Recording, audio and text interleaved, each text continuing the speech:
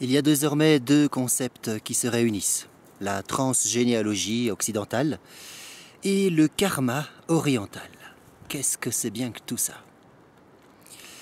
Il faut savoir qu'il y a une loi universelle qui est action-réaction. Toutes les actions que l'on pose dans la vie ou dans la réalité ont une réaction dans la vie ou dans la réalité. Chez les orientaux, ça s'appelle le karma, parce que ces actions se transmettent d'une génération à l'autre. Comme en Asie, on croit dans la réincarnation, eh bien les actions que je vais commettre dans cette vie vont avoir une influence dans la vie prochaine. En Europe, qu'est-ce qu'on dit? En Europe, on parle de la transmission généalogique. C'est-à-dire que tout ce que mes parents vont faire, commettre comme action, vont avoir des réactions sur ma propre vie. Et quelque part, c'est bien logique tout ça, non? Alors, comment faire pour se libérer du karma ou de la transgénéalogie? Eh bien, nous devons commettre des actions. Nous devons, d'une certaine manière, nous libérer de la souffrance de nos parents, ou si on veut, de notre souffrance antérieure, précédente.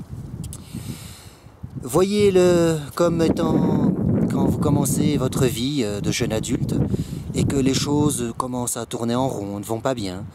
Prenez l'image de vous êtes dans une barque, et vous ramez pour vous éloigner de la rive. Mais une corde solide vous retient à la rive et vous en rendez pas compte.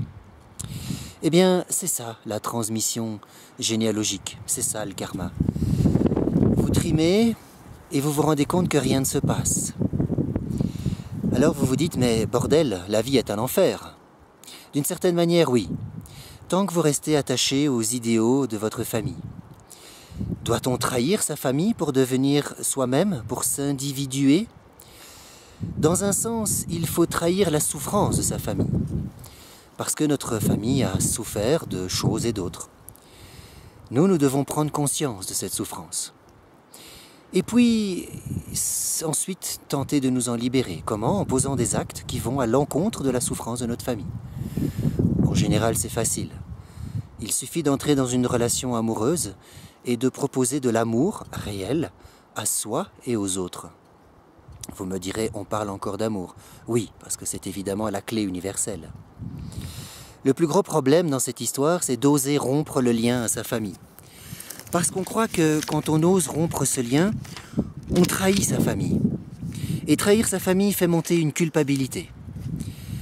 Et c'est cette culpabilité qui doit être travaillée par les outils contemporains, les outils d'aujourd'hui, ou les outils d'avant. Je parle peut-être de psychanalyse, ou alors ces outils friands des psychothérapeutes qu'on appelle l'emotional freedom technique, la tapas acupressure technique, la logosynthèse et les autres. En utilisant ces outils, on fait un travail réel. Un travail réel qui diminue la culpabilité, donc qui diminue la souffrance en soi lorsque l'on va de l'avant. C'est fort simple. Le problème est qu'on ne le voit pas. Alors je vous invite à repérer cette corde qui vous retient à la rive. Je vous invite à voir les efforts de coups de rame que vous faites dans l'eau et qui ne servent à rien. Ouvrez les yeux, focalisez-vous sur ce point-là. Et vous verrez que des sensations, des flashs, des images vous apparaîtront et vous pourrez travailler avec vos outils sur ces points-là. Ce faisant, vous vous libérez petit à petit. Ce faisant, vous rencontrerez une culpabilité qui vous fera dire « mais je ne veux pas abandonner ma famille ». C'est sur ce point précis qu'il faut œuvrer.